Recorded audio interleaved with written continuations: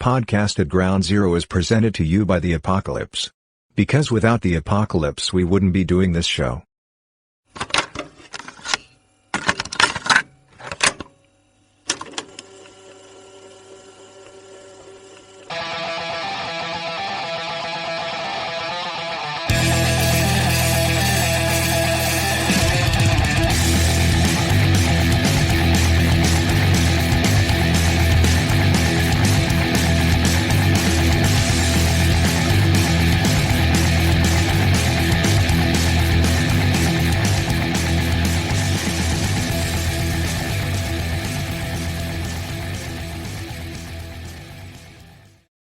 Greetings, friends of the Apocalypse. This is Podcast at Ground Zero, your home for the Apocalypse for the return episode. Well, I guess it's a return. We've been gone for a while. Episode 83, off topic number 6. I am the Apocalypse Nerd, and he is Adam Bomb Glancy. Welcome to the Wasteland. Good evening, folks. All right, folks. We're recording again. I know we haven't been here for quite some time, and I'm not going to apologize, but I'm sorry. It's just even though you should, you absolutely should. We are simply too proud for that shit. You guys just owe us. That's all there is. You should just be goddamn grateful we're back. That's right. But you know what? It's not like we're not making any money off this. This isn't our day job. The last year, I'm not going to get into it because I try to stay neutral on shit for the most part. But, it's been a tough year and I just have not been feeling it. Okay. So that's not been feeling the apocalypse.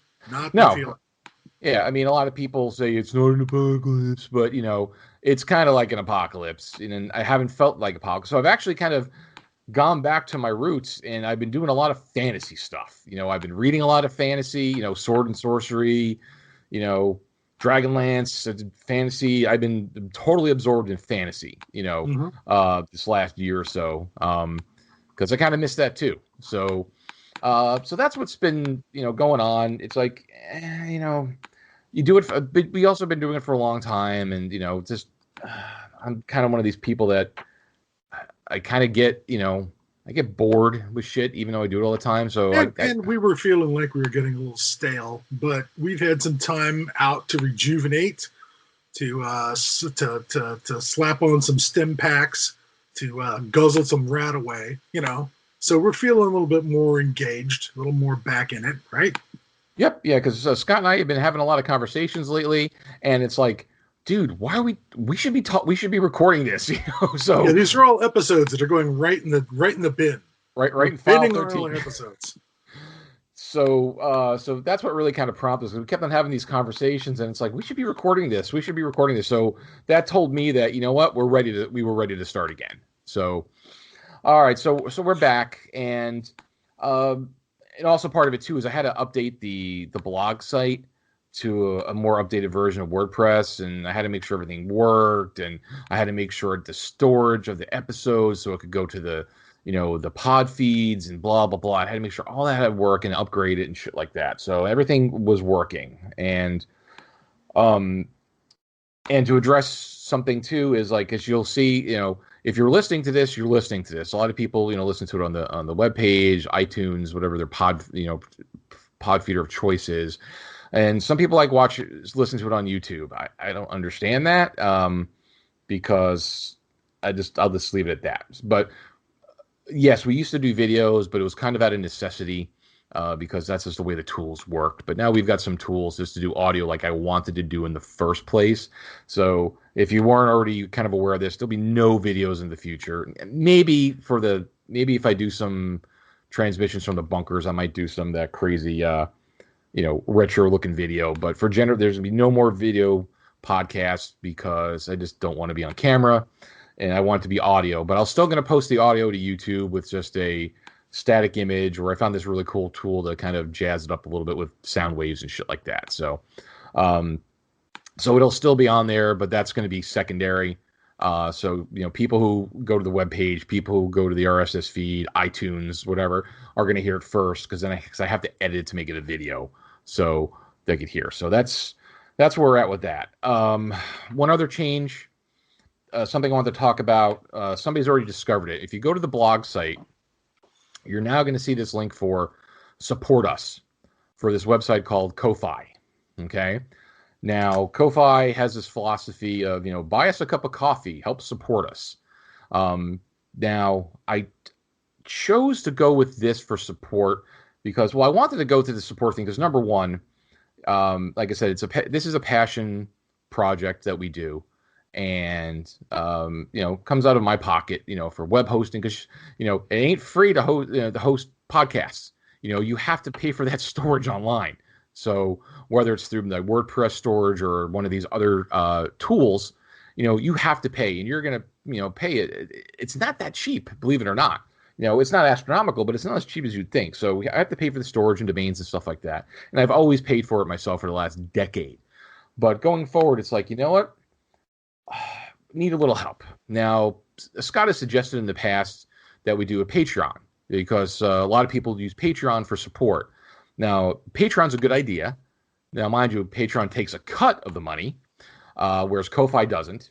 But Patreon, the thing about Patreon is you're a patron. And, generally what people do is give you access to early stuff, bonus material, all this other stuff for being a patron. And as you can see, if we haven't recorded in a year, we're not giving you any extra stuff, obviously, so the Patreon,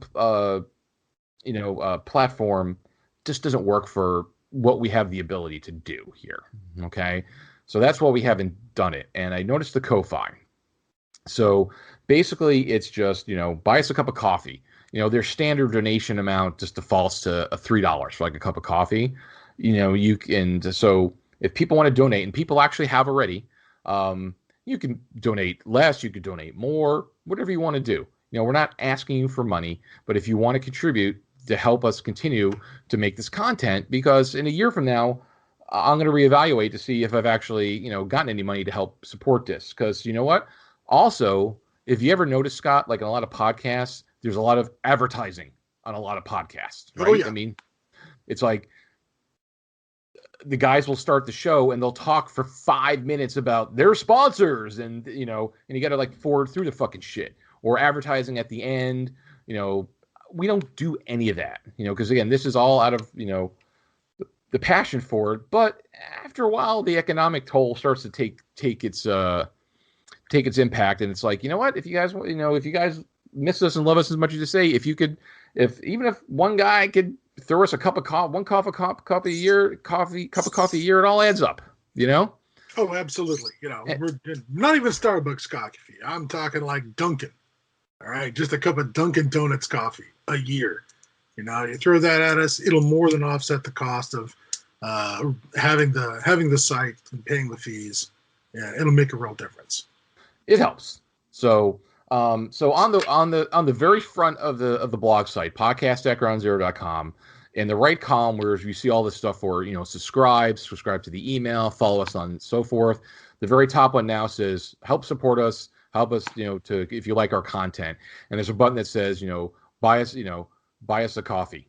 And you click on it and you could, and it takes you to the Ko-Fi site. They have a widget that they're developing that might be able to do it on the site. But if you buy us a cup of coffee, great. We appreciate it. And, we'll recognize people if they want to be. We'll see how it works out. And, it's just a simple little thing. And you can do it there if you want. So that's why you'll see that. And I'll probably make a post about it, a little more detail about it. Excuse me.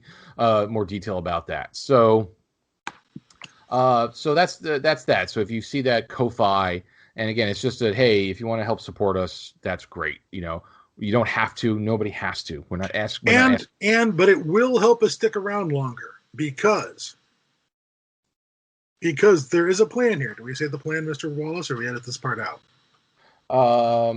What is our plan? Well, the plan was if we get enough money through this to pay for the costs of keeping the site up and, that sort of thing, then we'll continue to do this. Otherwise, we'll do like another 12 episodes and then peace out. Or I'm going to have to research for a platform that doesn't cost as much money, Yeah. like Anchor, which is, it's free for now, so it's not a threat. It's not anything like that. We're just saying it's just the harsh reality of life that, you know what, if if you love the content and you want to help support us, that's fantastic. But we really are appreciate definitely it. committing. We are definitely committing to sticking around for 12 months of this, right? Oh yeah. And we're going to try to do at least, I want to kind of go back to our original, at least try to do a couple episodes a month, Yeah. But we're going to keep them short. We're not going to go on for 2 hours. We're going to go on for hour and 30 minutes. We're nice digestible hour chunks. Yeah, no more than an hour, which we've been doing the last handful of episodes. We've really kind of reined it in because sometimes I go through some of those older episodes and it's like, again, not that we're experts, not that we're professionals, but some of those make me cringe. It's like, oh my God, Yeah, true enough. So well, that's the professional news for the day. That is the nuts, bolts, and money issues that are before us. But let's get back into the let's get off the topic here, and maybe move ourselves into the news of the apocalypse. What is our most recent apocalyptic things that we may have missed out on in the year of our Lord 2020? there's been quite a handful of things that have happened, and we're going to miss a lot of it, but some of it we're going to try to talk about. A couple of things I wanted to mention first is a couple of, at least I feel, are significant deaths that have happened in the last year. I think a couple of months ago we lost the artist Richard Corbin. Oh yeah, that's a big one. We've talked about Richard Corbin in the past. We talked about Mutant World. And he's also the creator of Den. He's done some Lovecraft stuff. Very very good artist. Let us not forget his adaptation of A Boy and His Dog. Boy and His Dog, yes, absolutely. So he's done multiple post-apocalyptic things. So he's done A Boy and His Dog, and he's done Mutant World. So he unfortunately, but he was up there. He was like, I don't remember. I'd have to look at. Richard Corbin wasn't that old. I want to say that Richard Corbin was 70 years old when he passed. No. He was more than that.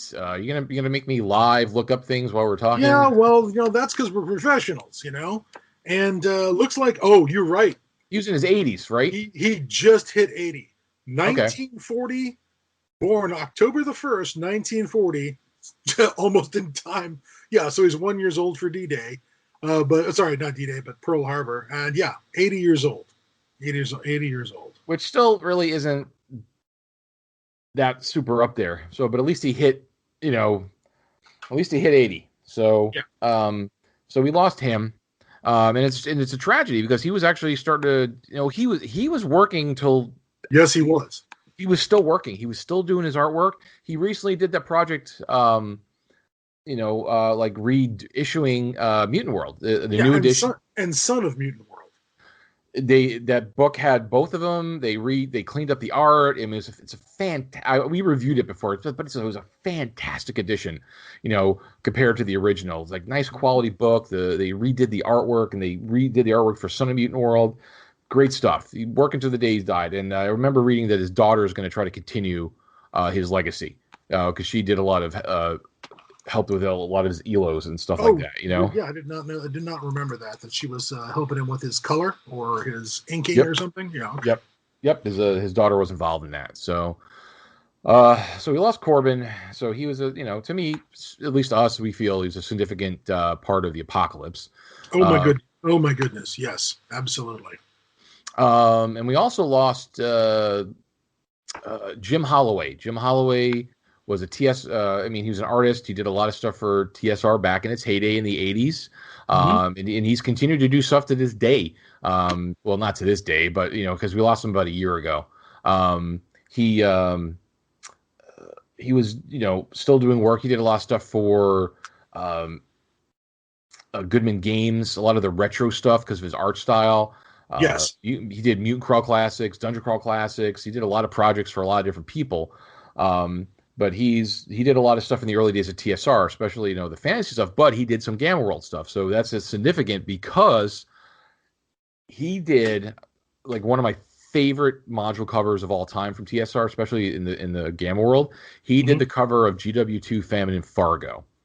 the scene with the chicken that just shot the robot. The guys are all hiding around the corner. Yeah. Now, I also want to throw out that Holloway did, I believe he did oh boy. Paranoia. No, He did a lot of well, I was paranoia. going to say Paranoia. I was actually going to mention something. He did the cover for the Space Gamer number 68, when the Space Gamer printed something called Antelope Island, which was a non-denominational post-apocalyptic scenario set in the Great Salt Lake. Does that ring any bells with you? No, but I'm looking it up now. I was 68. I believe I believe it was issue 68. It and I think Holloway did the cover of that, which is sort of, post-apocalyptic pirates on a post-apocalyptic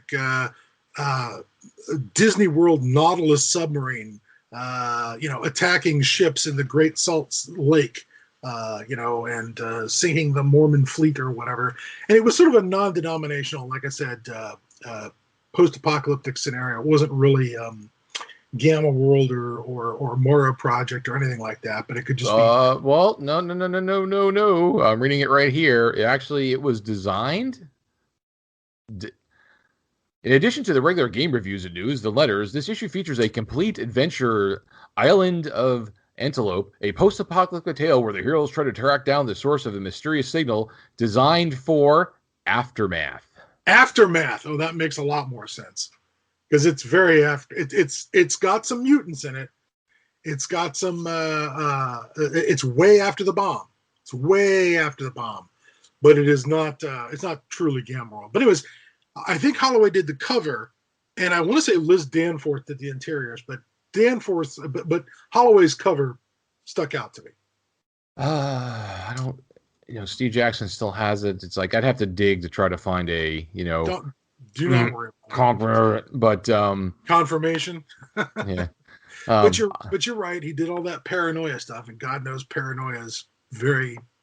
It has its apocalyptic aspects to it. Hey, So, you know who else we lost last year? Hugh Keys Byrne. We lost to Morton Joe.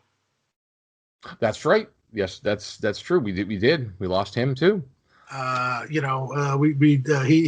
lost him December 1st, 2020, age 73. The guy who brought us the Toe Cutter and Morton Joe. The Toe Cutter. Remember the Night Rider when you look to the skies, or I can't remember the line exactly. Exactly.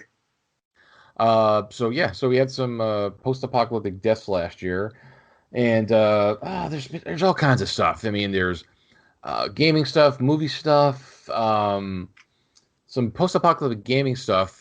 We've talked about, and we actually had Tom Wilson on the show, the creator of Gamazine, who did a Kickstarter. We had him on before. So in the last year, he's actually put out 2 more issues. One a year ago and one just recently. He did Gamazine number 2 and 3. As you know, Gamazine is a Gamma World fanzine with stories, interviews, artifacts, several adventures. Tom works in the the OSR space, the retro gaming space. Because he does a lot of stuff for BX, Basic Expert, Dungeons and Dragons stuff too. So he did the Gamazine, and in Gamazine number 3, yours truly has some content in Gamazine number 3. I submitted a few artifacts for the artifact section, so some new weapons. So the Apocalypse Nerd is in there. He's famous now. Exactly. So I would love. Oh God, I would love to submit some stuff to the Gamazine. I just haven't had the time. Fortunately, I was having some. I wanted to say that I was having some a brain fart writing up some Gamma World material, but all I had to do was consult with the Apocalypse Nerd a couple weeks ago, and I managed to break through that writer's block I was having. Thank you very much for that, by the way. Everything in Gamma World goes better with androids. I'm just going to say that right off the top. everything goes better with Androids. Yeah, Oh definitely. yeah, no problem. That's like some of our former friends have said, and I say former, and you know why. Um, that that like my knowledge of Gamma World is scary. Just because the way I'll pull, I mean, I don't know everything, but I'll just be like, wasn't that issue such and blah blah blah, or wasn't that on page 5 of Yeah, my problem is when you know the names of the post-apocalyptic monsters in Gamma World by their terrible, silly names. If you can tell the difference between a an arc cal and a batter and that's when I start to get worried. and a Um, Calfin and oh, just Fleshins. Oh yeah, that's great. Fens. Yeah, I don't know why they came up with those terrible names, but they are genuinely terrible. So other post-apocalyptic news. well, gaming news. I have besides that, there's a couple of other gaming things. I'll give a quick one, and then I'm gonna let Scott talk about the other one because that's his wheelhouse. Modifius was supposed to be putting out a Fallout RPG because Modifius is the one who does the Fallout. They don't call it Fallout Tactics. I can't remember what they call it, but it's the miniature. Wasteland Warfare. Thank you, Wasteland Warfare, miniatures game. They did put out a RPG aspect like book for that, which is not what they said they were going to do. They said they were going to do an actual tabletop RPG, not a miniatures game. I haven't seen any new information about that, so I'm hoping it's still going to happen. So we'll see what happens with that. I'm hoping that'll still come out because I mean Modifius, they don't necessarily do all the stuff, but they represent one big company that they represent a lot is Freeman. I'm drawing blank. It's the same people who were putting out what you're going to talk about. They did the Alien RPG. You're talking about Freya Ligan. Freya Ligan. Is it Free League? The Free League? Yeah, the Free League. Yeah, the Freya Ligan.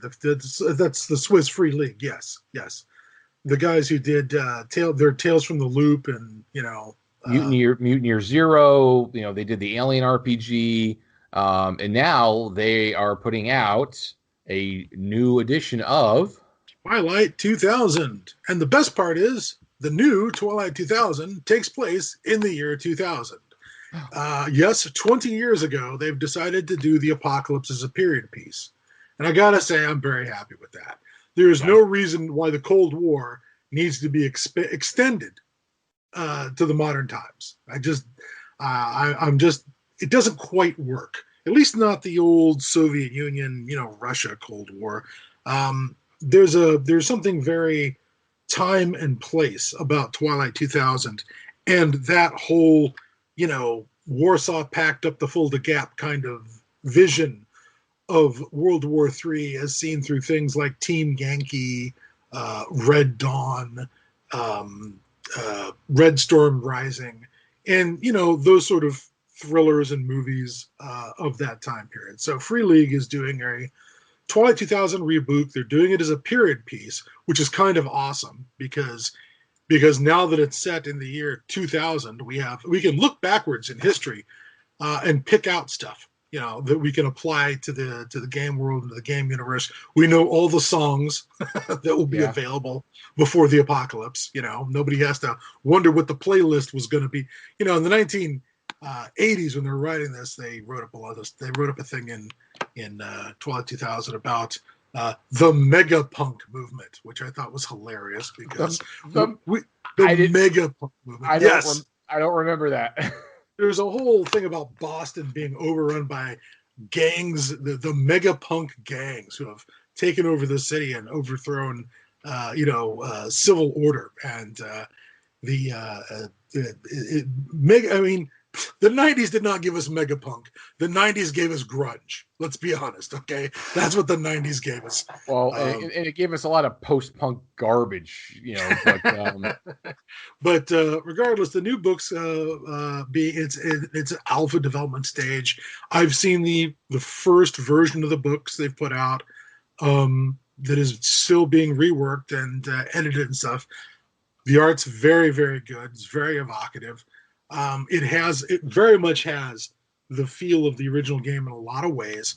They've changed their history background to basically be based on the idea that the coup against Gorbachev in 1991 works. So, and they've also changed their setting for World War III a little bit. Because it's a Swedish company, there's going to be a lot more emphasis in the first books that came out, or that are going to come out. There's a lot more emphasis on the Baltic, war in the Baltic, war around the Scandinavian peninsula, with Sweden being a place that the Soviet Union is invading in order to, gain control of islands and coastlines and turn the Baltic into a Russian sea, so that their invasion of Poland will be protected and they don't have to worry about American warships or NATO coming to Poland's assistance in the Baltic. So it's been shifted. It's very much been shifted north in the first book. And just so people know that it's of course it's a new system. They're not using the old system. They are using basically Free League's, a variant of Free League's system, because Free League uses a 220 system, like 220-sided dice system for most of their games, like for the Alien game, for Tales from the Loop, all their stuff uses that D20. And I've seen a lot of people grumbling about that they don't like it, and I've seen a lot of people grumbling that it's not going to be gritty enough like the original. But from what I've heard is it's kind of a compromise. It's you can correct me if I'm wrong, that it's kind of somewhere in between. Yeah, it's not as hyper, wind trajectory realistic as the first, but it's not oversimplified like the system. It's like a modified. It's kind of somewhere in the middle. The very first game was the very first version 1, Twilight 2000, was basically World War III squad leader. Okay, it was designed to be very much like World War III Squad Leader. Yeah. And the second edition came out and was much more role-playing influenced, and although I found the mechanics a little clunky myself in the second edition, this is I was one of those people who went, screw it, I'll play Twilight 2000's setting using basic role-playing from Chaosium if I have to. As long as I've got a system where you don't want to get shot, where combat is lethal, and you don't want to get injured. Because, one firefight, you might win it. Your side might win it, but what if half your guys are now wounded and cannot be in the next firefight? That was how Twilight 2000 was always sold as a game. And the new system is on its way out. And I want to also point out that they're doing this in conjunction with the nice people from, sort of the Game Designers Workshop and Far Future Enterprises. It's all Mark Miller of Traveler fame. He still holds the rights to this stuff, so he's working with Free League. And what I did not realize until very recently was that. And before you hit that, and that that also says a lot for the game too. It's not like the other version that they did, the Twilight 2013, which we've talked about was just a kind of a hot mess. But I don't think Mark Miller was that involved in it. They just kind of gave him a license and they did their own thing. So him being involved in it, trying to keep it kind of true to form for the game, I think says a lot about how the quality of the game that's going to come out. Yeah. So certainly Miller's, role in it is as brand management. Okay. So he has sort of an overseeing sort of executive producer thing, but there are a number of people I know who are involved with it. Chris Lights is a guy who I've been in contact with for years through the internet. Angus Abramson is another guy who I'm actually familiar with because we've gotten to know each other through social media. And Frank Fry. Frank Fry is back. The folks at Free League went and contacted Frank Fry, who had written for the original Twilight 2000 and said, hey, how'd you like to redo your scenario, the Black Madonna, but update it for the 2020s, only we're backdating it for the 2000s. So Frank, enthusiastically agreed and is redoing the Black Madonna as a scenario for Twilight 2000. That's good.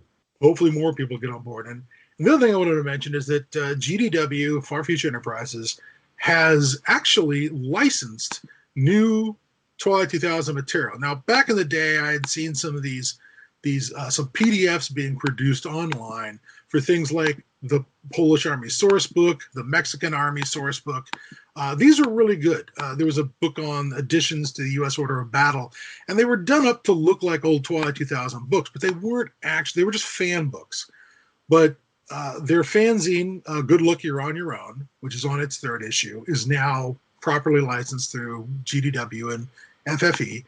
And they've gone on to produce some new old Twilight 2000 material. That is, there's a source book for the Korean Peninsula now. There is a source book called the East Africa Kenya source book, which is all about what's the apocalypse look like, south of the equator in Africa.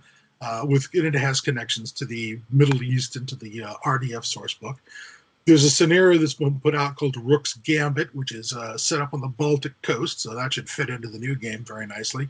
And finally, for my own backyard, there is a Pacific Northwest source book detailing what does MilGov's, the military government of the United States' martial law government of the Northwest look like. And I'm here to tell you that Seattle has had taken some lumps in Twilight 2000, although Tacoma is apparently now the seat of civilization. If there is a city in the Northwest to rival the free city of Krakow, it is sunny Tacoma, Washington. And the Northwest Pacific Northwest source book is quite good. My only gripe about it is I wanted it to go even further north, because the one place in Twilight 2000 I'm always dying to find out more about is Alaska, because it was one of the few places in the continental United States that you actually had Russian invaders with boots on the ground, And for those of us who watched Red Dawn 75 times in the 80s, I want some Russian invaders. I just want some Soviet invaders, I gotta have some Soviet invaders. I miss them. Well, it could be like in the Deathlands book. Actually, I think book number 2, Red Holocaust, talks about Russians on the ground, and because they go to Alaska, and there are still Russians living there 100 years later.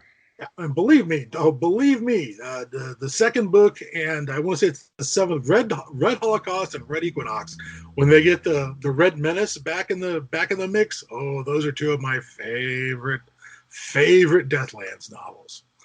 So that's it for. Is there anything else going on in the game world? There may be. I mean, there's a lot of. Neither of us have paid much attention to Fallout 76. I have it. I played it a little bit, but I stopped because I have too many games to play.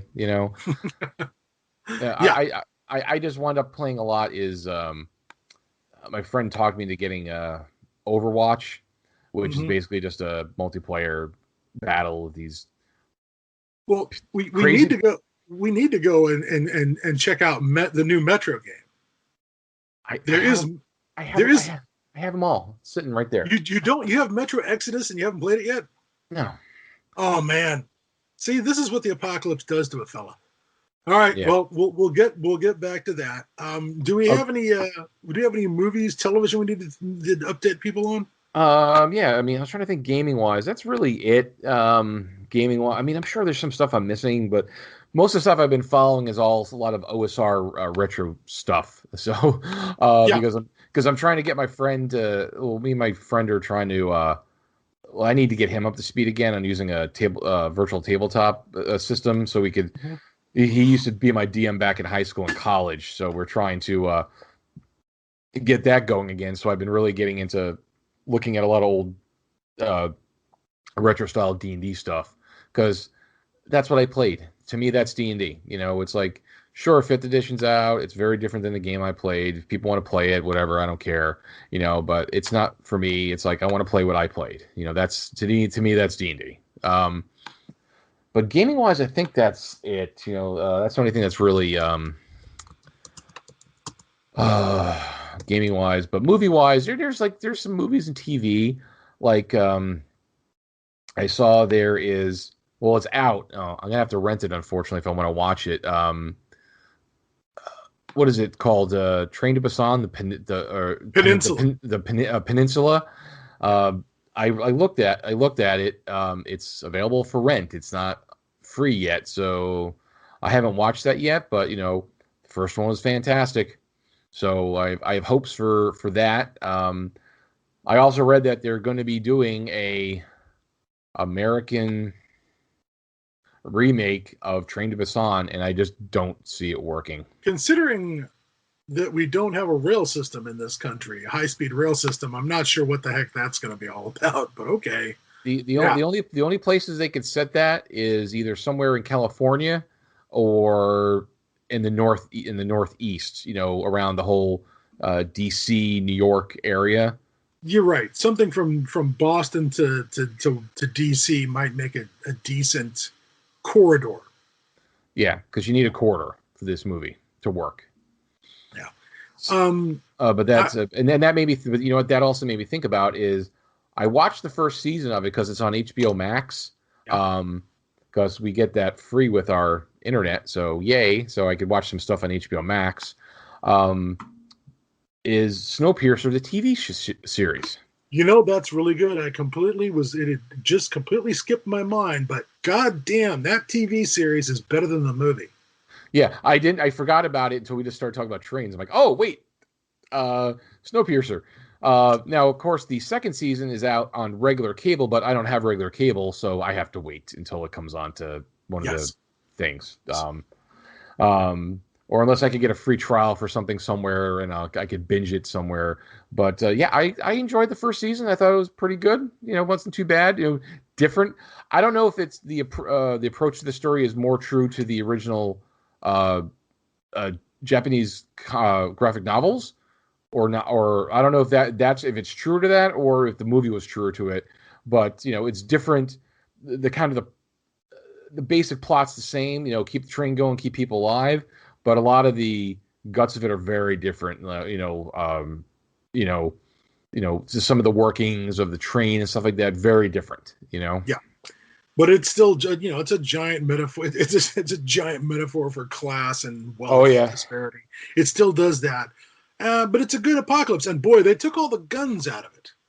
Yeah, and I was really okay with the fact that they took all the guns out of it because of the idea you can't have a gunfight on the train. Because you'll damage the environment that you're living in, and then if the train dies, you die. Yep. Whereas in the movie, you saw that as they shot through walls and stuff, and they really showed you in the TV show that if something happens to the environment, what's keeping out the environment, whether it's a window or something, they really show that. It was good. If you, I think it's on who put that out? Was it on TNT or? I want to say it was on TNT, but I'm not going to remember unless I scramble over. I'm going to have to scramble over to IMDb and look up Snowpiercer, the TV series.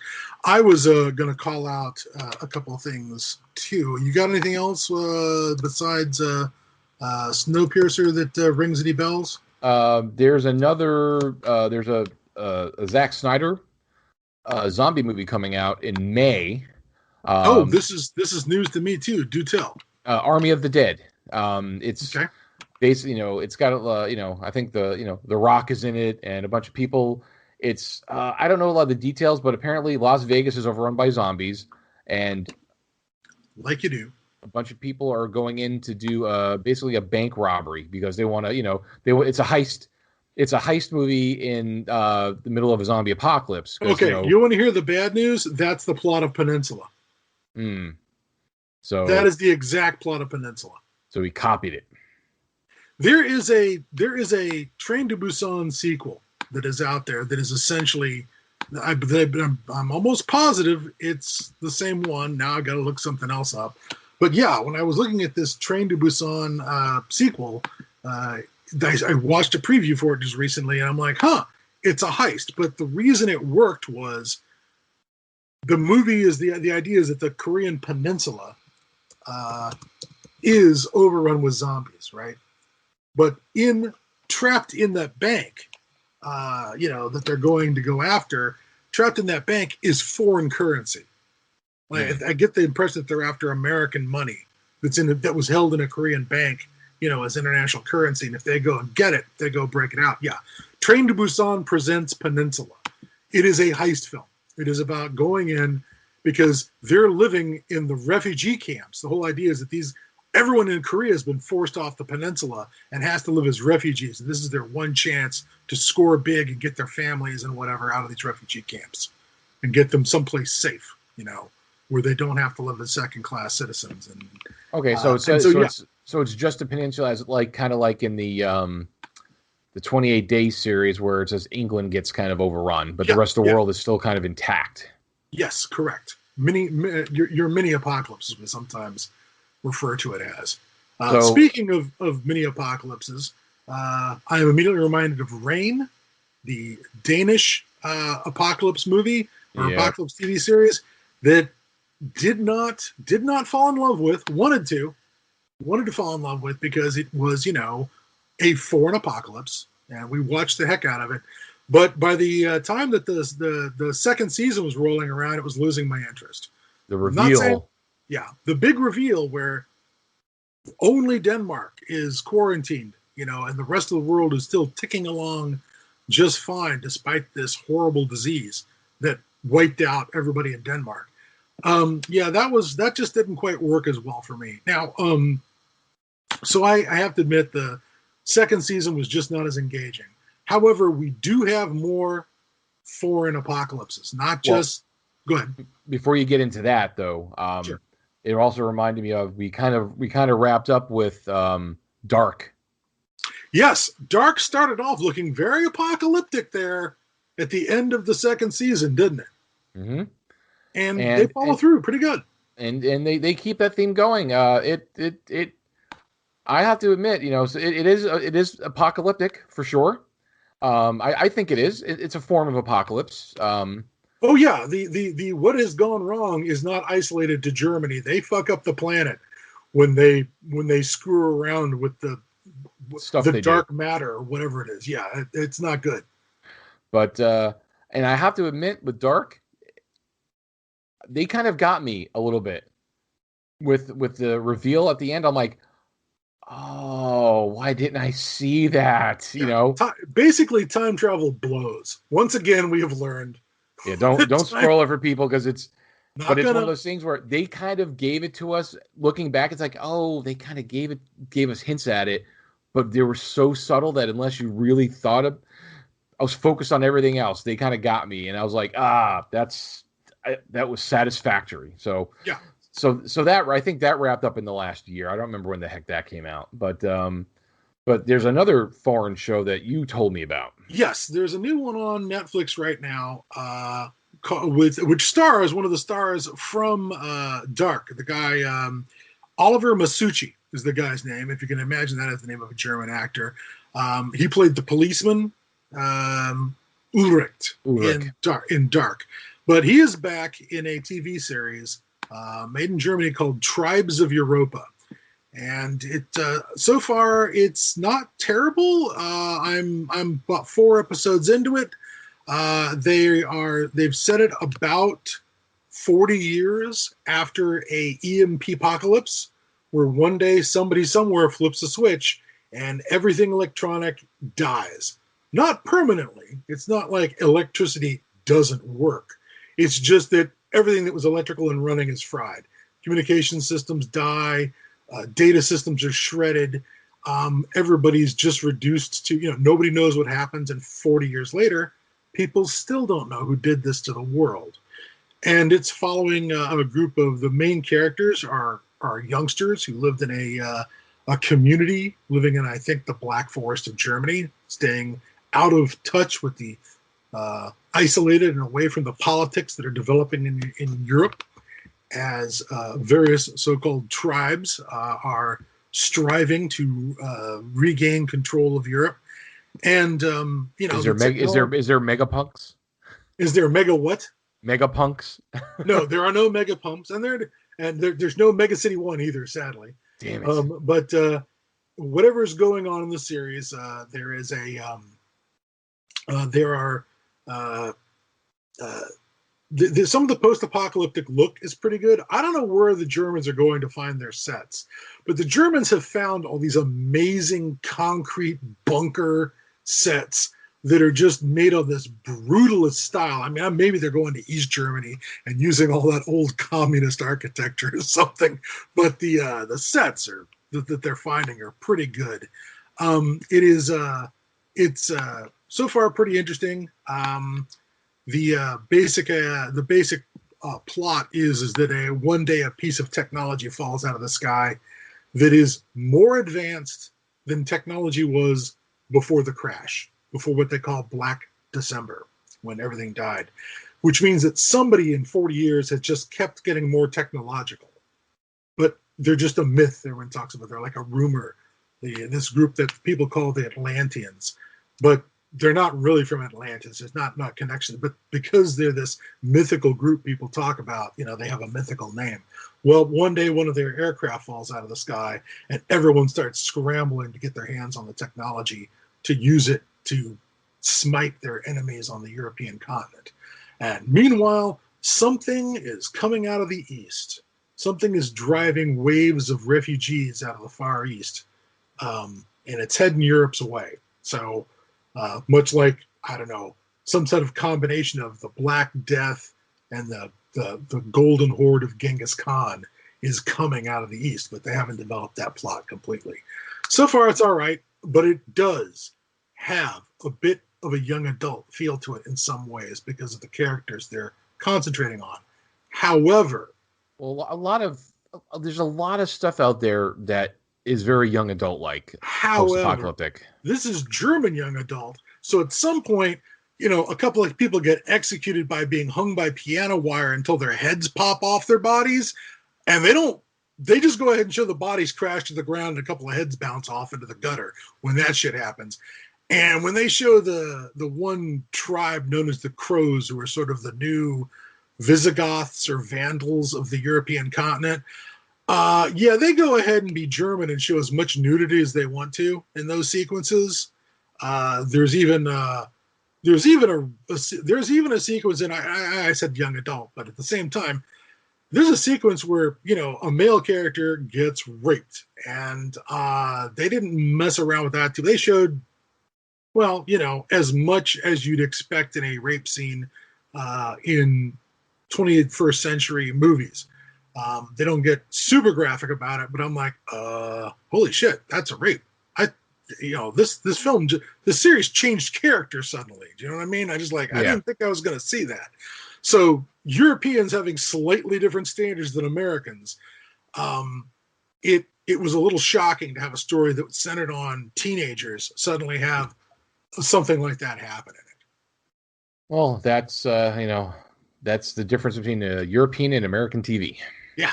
So it's 6 episodes the first season. Who knows if they'll make more, but it's got some post-apocalypse for you, and it's 2 generations after the fall. So only the oldest people remember television. Only the oldest people remember that there was any such thing as radio or whatever. So it's not a bad setting. The last thing I want to mention is something I ran across on, I want to say I saw it on like Amazon Plus or something. There is a 2018, didn't know this existed, there is a 2018 Gina Carano film that she did before she did The Mandalorian, called Scorched Earth, which is another B-movie post-apocalypse. It really looks like bounty hunters, outlaws set in the post-apocalypse, filmed in the Canadian Northwest because it's all mountains and pine trees and shit. But apparently, she did this before she got herself fired from The Mandalorian. But it's out there, so it's another post-apocalyptic movie. I have not checked it out yet, but it's still there on Amazon Plus if you're looking to get one more post-apocalyptic film in that maybe you'd never heard of, because I didn't hear about it until it popped by on a preview or something or a trailer on YouTube or something I saw. So check it out. Oh yeah, there's all kinds of stuff. There's so much stuff there. We definitely don't. We're scratching the surface. We barely scratch the surface on stuff, and we talk about a lot of stuff. But all right, cool. So that's we're gonna start winding down here. We covered a lot of stuff, and I'm sure as we think about it, we'll remember more stuff, and then we'll basically do another off topic. It's not really off topic, like we said before. It's not really off topic because we're still talking about the apocalypse, but it's off topic because we're not talking about a singular item. Singular media property or a singular instance of post-apocalyptic culture and entertainment. So, all right. So this will be we're gonna get this one in the can. So yeah, folks, it's good to be back. We're glad to be soaking in the glowing rays again. And like I said, folks, I'm gonna make another more formal post about the supporting us with a cup of coffee. I'll try to post something about that. And again, no obligations for anybody. It's just something we're putting out there. And our next show we're going to talk about, we're going to kind of go back to like a Gamma World-ish route again. Yes, absolutely we are. Because we're gonna talk about books that we've read that have a Gamma World flair or influence for us, for inspiration. Things that we feel are very Gamma World-ish. So that's gonna be the next show that we're gonna record, and we're gonna talk about just a bunch of different books that we feel inspire Gamma World. Some of them were mentioned originally in Gamma World as inspirations for Ward, but we're also going to try to include things that go beyond Ward's original list of books. Yep. So that'll be the next show, folks. So look for if you're listening to this one, look forward to hearing that one come out soon. So that being said, again, everybody, thank you for joining us again. We're glad to be back, and we are going to see you in the Wastelands real soon. So thank you, and good night. Good night. This episode of Podcast at Ground Zero has been brought to you by Hobo Soup. Hobo Soup, when you have to make do with what you got. Now available in apocalypse size. Keep up to date with us by visiting podcastatgroundzero.com and subscribe to the blog via email.